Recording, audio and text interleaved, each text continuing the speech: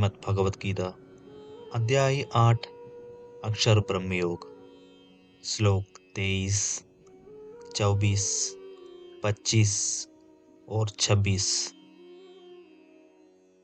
यत्र काले त्वनावृत्तिम् आवृत्तिं चैव योगिनः प्रयाता यान्ति तं कालं वक्ष्यामि भरतर्षभ।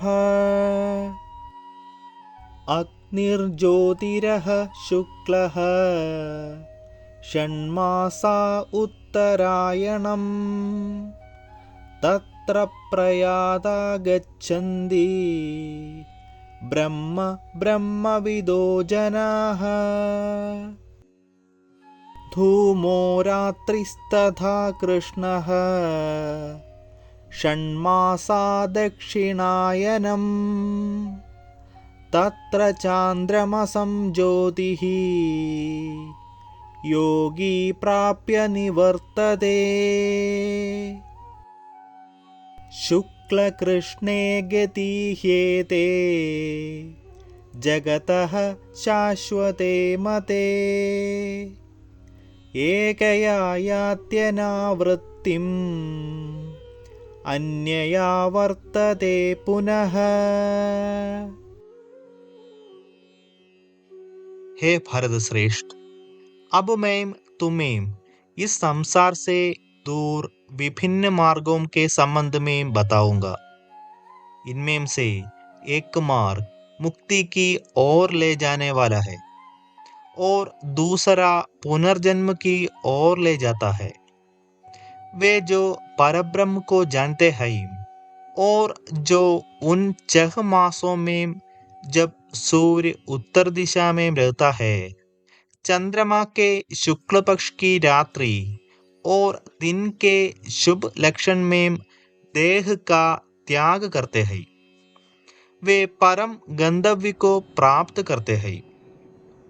वैदिक कर्मकांडों का पालन करने वाले साधक चंद्रमा के कृष्ण पक्ष की रात्रि में धुएम के समय जब सूर्य दक्षिणायन में रहता है के 6 माह के भीतर मृत्यु को प्राप्त होते हैं।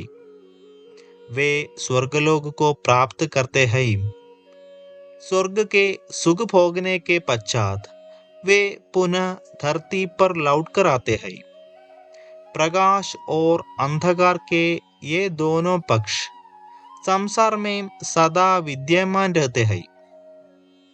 प्रकाश का मार्ग मुक्ति की ओर तथा अंधकार का मार्ग पुनर्जन्म की ओर ले जाता है। इस श्लोक में श्री कृष्ण के कथन अर्जुन द्वारा 8वें अध्याय के श्लोक 2 में पूछे गए प्रश्न, हम मृत्यु के समय आप में कैसे एकीकृत हो सकते हैं, से संबंधित है। श्री कृष्ण कहते हैं कि संसार में 2 मार्ग है, एक प्रकाश का मार्ग और दूसरा अंधकार का मार्ग। यहाँ कुछ सीमा तक इन गूढ़ कथनों में हम प्रकाश और अंधकार के प्रसंग में आध्यात्मिक दृष्टिकोण अभिव्यक्त करने के लिए अद्भुत रूपक का प्रयोग करने का विचार कर सकते हैं। प्रकाश ज्ञान का प्रतीक है, जबकि अंधकार अज्ञानता का प्रतीक है। वे जिनकी चेतना भगवान में विकसित होती है और जो विषयासक्त कार्यों से विरक्त रहते हैं, वे प्रकाश अर्थात विवेक और ज्ञान के पद का अनुसरण करते हुए दिवंगत होते हैं,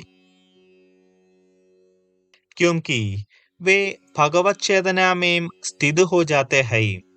इसलिए वे परमात्मा का धाम प्राप्त करते हैं और संसार के चक्र से मुक्त हो जाते हैं।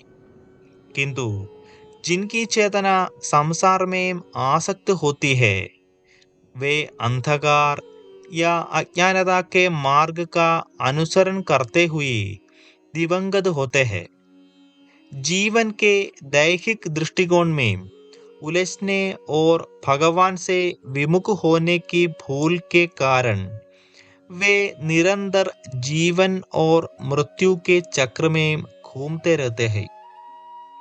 यदि उन्होंने वैदिक कर्मकांडों का पालन किया होता है, तब वे उन्नत होकर अस्थायी रूप से स्वर्गलोक को जाते हैं और बाद में पुनः पृथ्वीलोक पर लौट कर आते हैं। अब यह उनके कर्मों के अनुसार उन पर निर्भर करता है कि क्या वे प्रकाश के मार्ग या अंधकार के मार्ग की ओर अग्रसर होंगे। आगे हम विस्तार से चर्चा करेंगे।